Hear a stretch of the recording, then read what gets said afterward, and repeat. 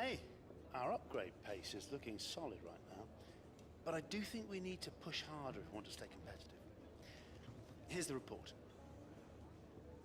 It's not even in English, but cheers for that, Chris. Welcome back to F1 2017 here, guys. Here's a development comparison. So apparently Sauber have got better and the teams above us have got better. So, you know, it's not one of those things that we can see. Like, we don't get the alerts about people getting better on the side anymore. We have to go and find that information. But regardless, we're going to take on board what Chris says, because we need, of course, to continue our development, because Mclaren Honda is very slow and we need to make it very fast. So, track acclimatization, 50 points, job's good, nice and easy. We love a bit of track acclimatization.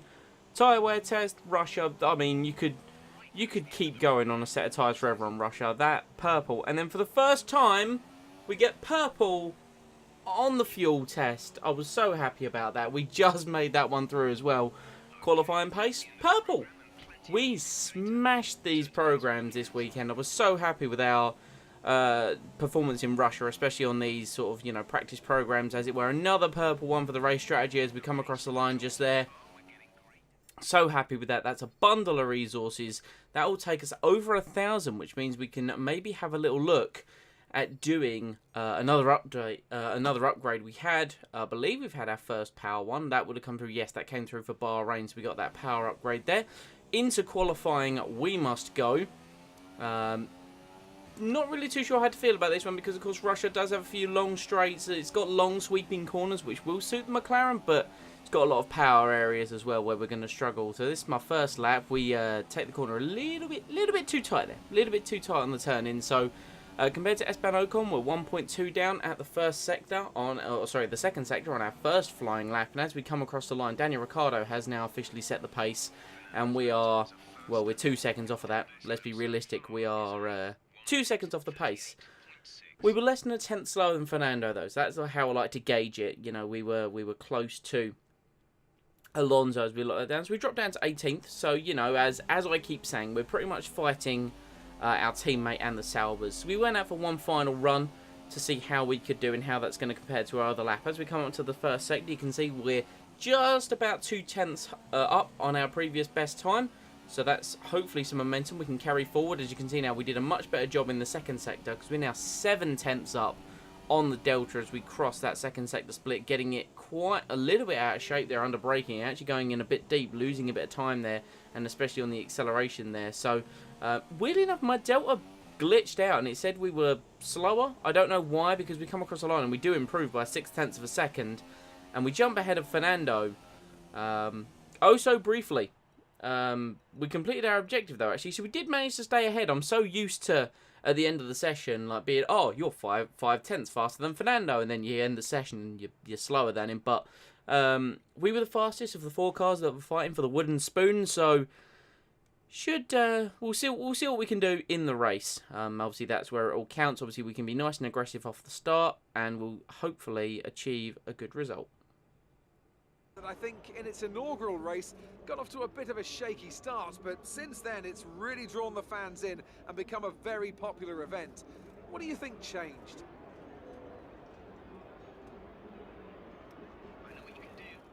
Anthony Davison just straight up ignoring Crofty there. So it's simple strategy around Russia. Ultra soft to super soft. They're like the tyre wear is basically non-existent.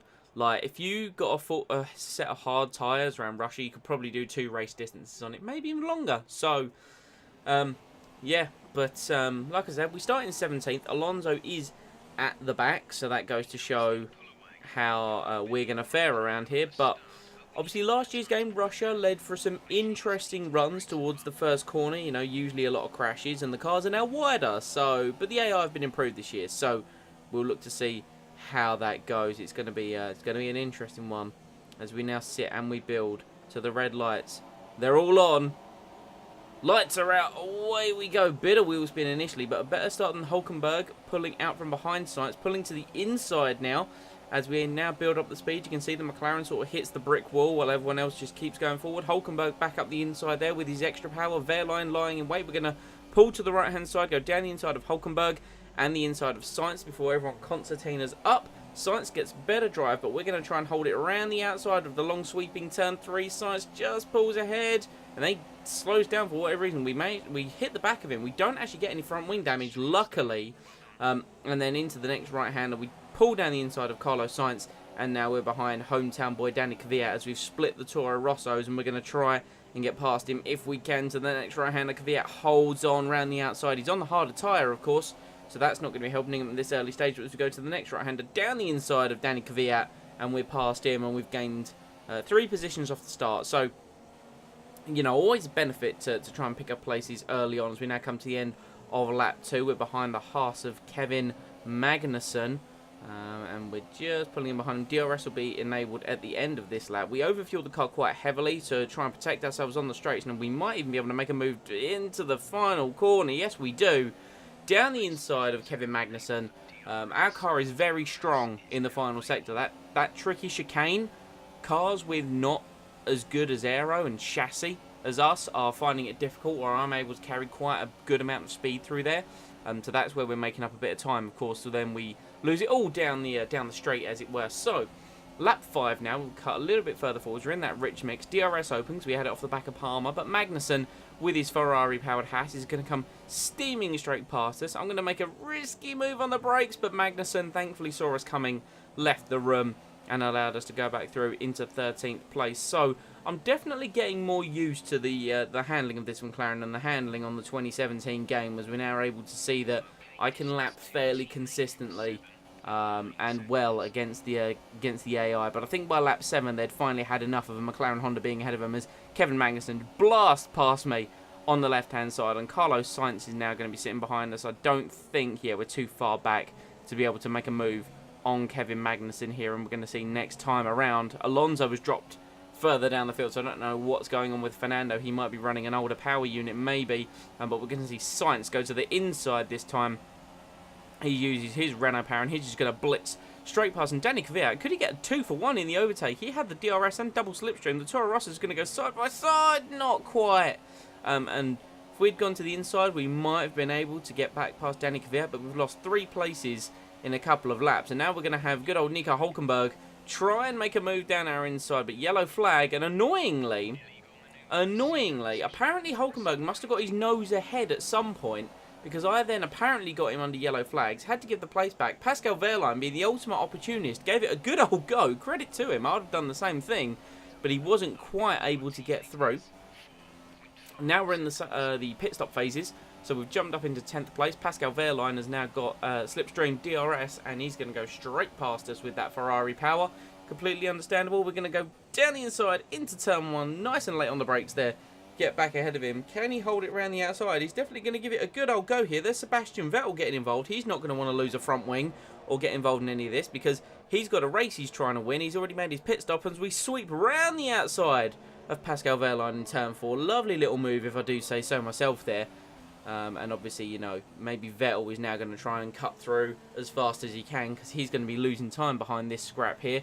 But we should be coming in at the end of this lap to dispose of the ultra soft tyre. We have a little look back. We've gained a little bit to Wehrlein, so hopefully we shouldn't lose anything in the pit stops. I hate coming in nose to tail here. We take it very cautiously. So I didn't realise Russia was 37 miles an hour. I saw that come up, and I sort of, you know, jumped on the brakes, as it were. So by the look of it, Ericsson is the Sauber that's coming this time around. So Wehrlein going for the overcut.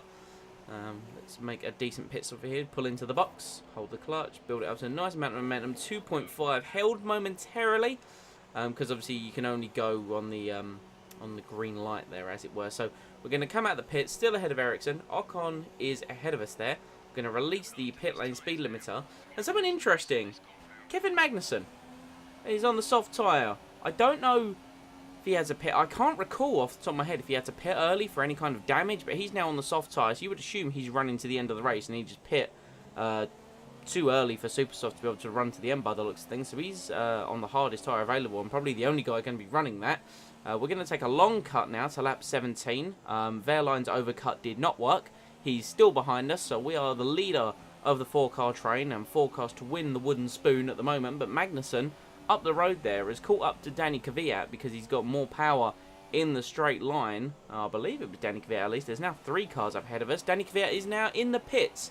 So Danny Kvyat, of course, started on the super soft tyre, switches to the ultra soft, so he's now going to be very quick at the end. So we jump up to P16, we're meeting the team's target. Magnussen's now past Grosjean, so he must be the car up ahead that was slowing everyone down.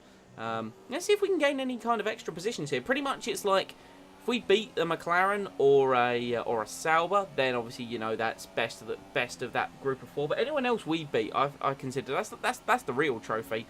Yellow flag up ahead, no overtaking. Not too sure what that's for, but oh no, the car ahead going very slowly. It looks like Magnussen, by the looks of things, he's pulled off to the left-hand side there.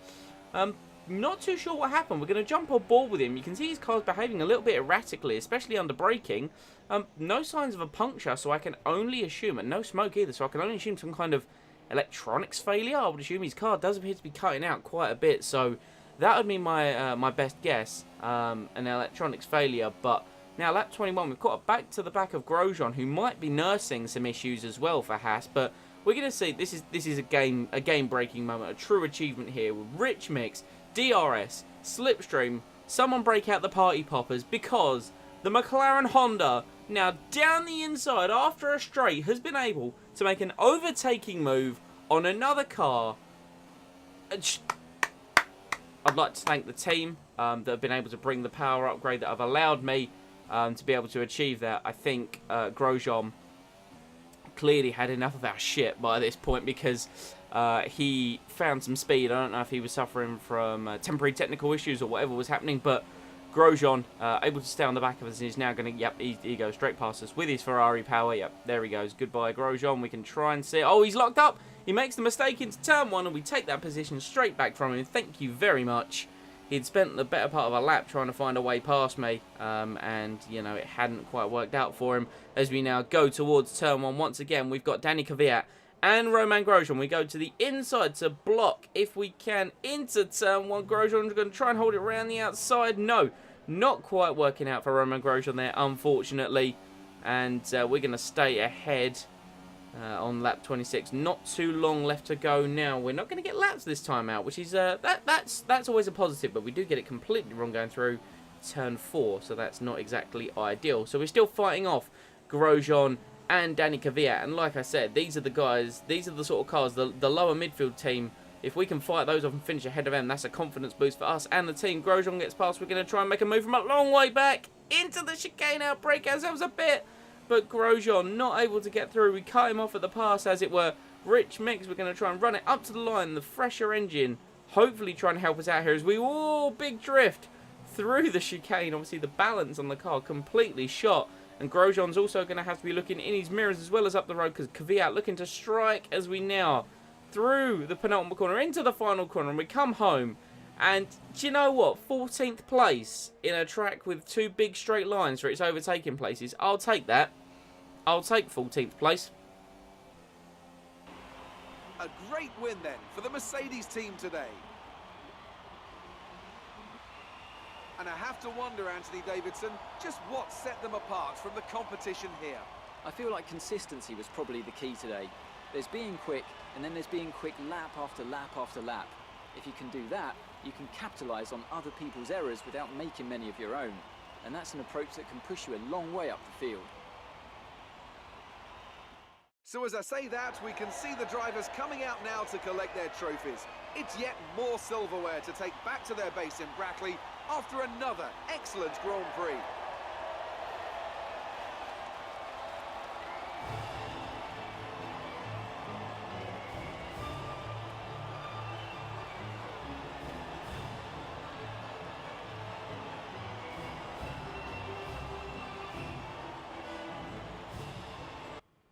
Mercedes 1-2 around Sochi. You know, the Bottas didn't win it though. I believe he got the fastest lap though. So, you know, some form of realism there, because Russia is a very much a Bottas circuit. We got 14th as stated.